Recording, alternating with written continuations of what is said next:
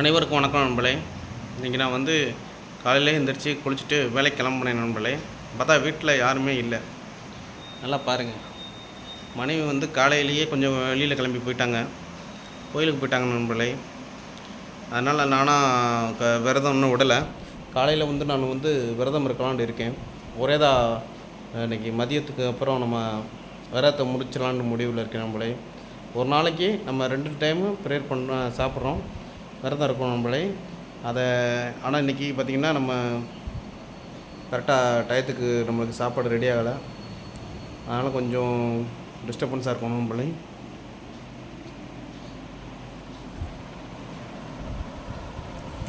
நம்ப மாட்டேங்கன்னு தெரியும், இருந்தாலும் அவங்களுக்கு வீட்டில் ஒரு டைம் காட்டுறேன் பாருங்கள். சமையல் கட்டை கொஞ்சம் நல்லா சுற்றி பாருங்கள். பழைய சாப்பாடு தான் இருக்குது, சூறு ஆக்கலை. வெளியில் போய் விரதம் விட முடியாது. கோயிலுக்கு கிளம்பிட்டாங்க. காலையில் 5 மணிக்கு எந்திரிச்சு கிளம்பிட்டாங்க நம்மளே. அதனால் இன்றைக்கி நம்ம தனியாக தான் இருக்கணும் நம்மளே.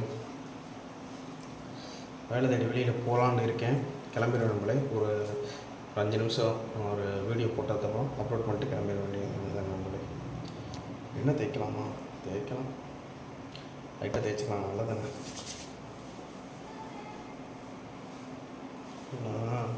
வெளியில் போனோம்னா இந்த வண்டி கிண்டிலாம் தூசிலாம் அதிகமாகப்படுது. அதனால் முடி அப்படியே உதிர்ந்துருது.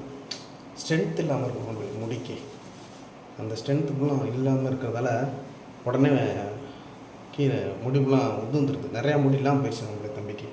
பாருங்கள், முடி எப்படின்னு காணும். மறுபடியும் முடியை தான் நடணும். காசெல்லாம் சம்பாரிச்சதுக்கப்புறம் அதுக்கு ஒரு காலம் வரும். நம்ம காசு சம்பாரித்து அதுக்கப்புறம் முடியை நட்டுறோமோ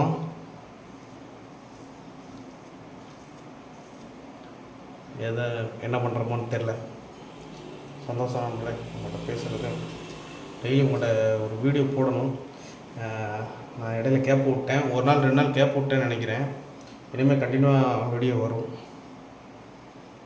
8 நிமிஷம் வீடியோ வரும். கூடவே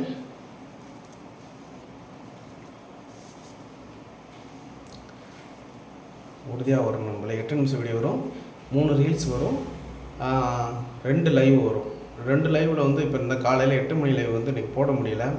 அதனால் இடையில ஏதாச்சும் ஒரு லைவ் வரும் நம்மளே. மறந்துட வேணாம்.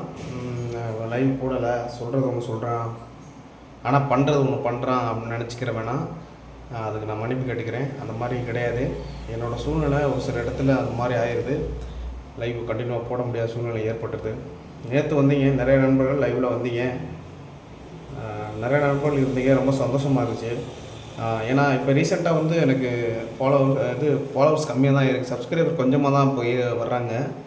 அதில் வாட்சர்ஸுமே உங்களுக்கு ரொம்ப கம்மியாக வர்றாங்க நண்பர்களே.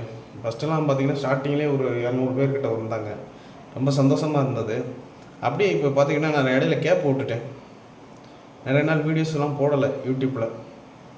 யூடியூப்பில் வீடியோ போடல. இன்ஸ்டாவில் கொஞ்சம் கான்ட்ரவர்சியாக நான் வீடியோஸ் இந்த மாதிரி எதுவும் போடலை. ஒரு பிக்கப் ஆகிற மாதிரி வீடியோ எதுவுமே போடலை.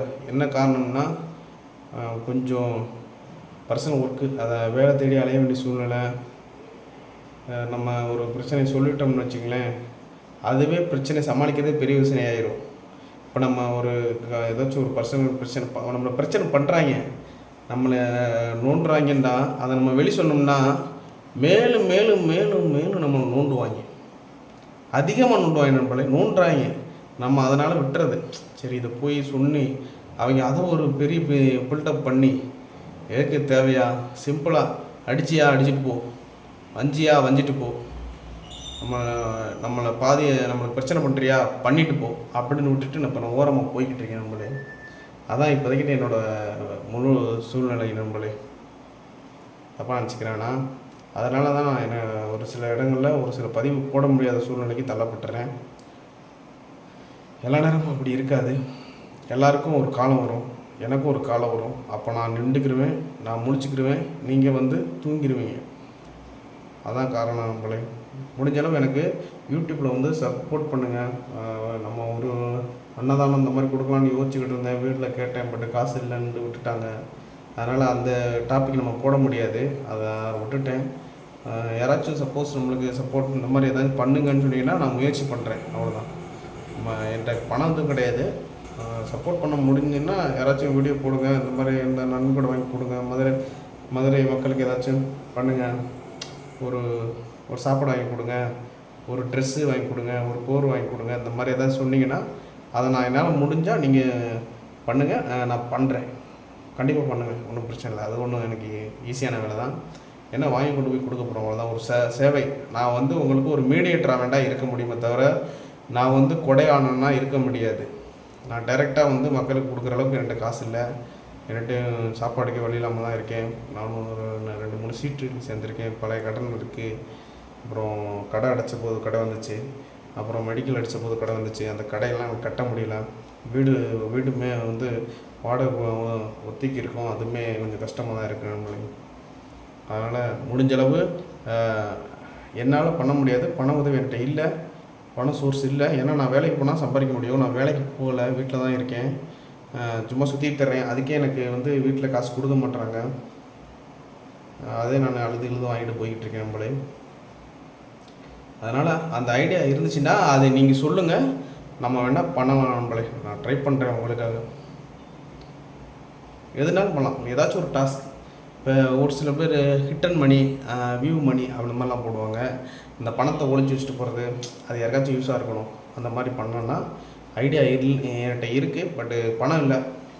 அதனால் நான் அதை விட்டுட்டேன் நம்மளே, ஸ்டாப் பண்ணிட்டேன். இப்போ ஃபுல் வீடியோ மட்டும் போடணும், யூடியூப்பில் வீடியோ போடணும். அதுவுமே எனக்கு டைம் கிடைக்க மாட்டேங்குது நம்மளே. லைவ் போடணும்னு நினச்சிக்கிறேன், ஆனால் லைவ் போட டைம் கிடைக்க மாட்டேங்குது. சும்மா தான் இருக்கேன், ஆனால் நண்பர்கள் ரொம்ப கம்மியாக வர்றீங்க.